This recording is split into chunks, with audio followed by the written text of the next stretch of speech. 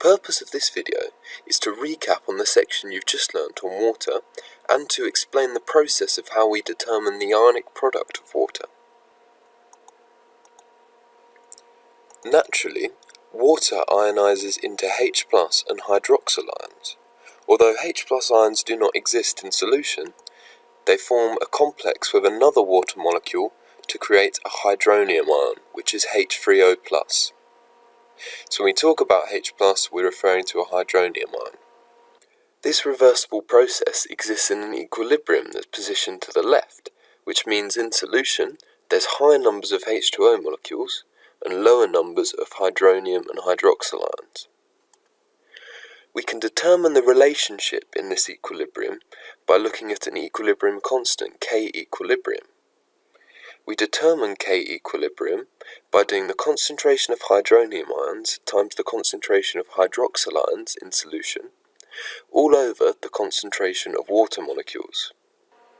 Using electrochemistry, we can determine the value of K equilibrium experimentally because it contains both hydronium and hydroxyl ions, therefore it must conduct some electricity, even if it's not much.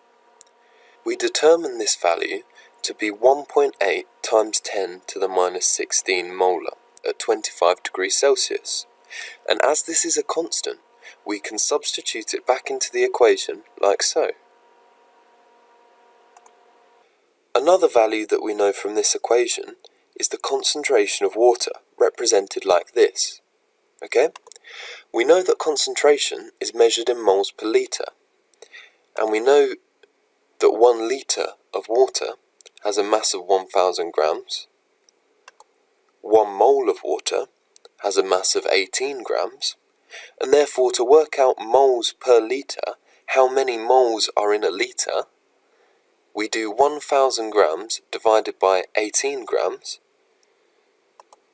to determine that the concentration of water in moles per litre is 55.6.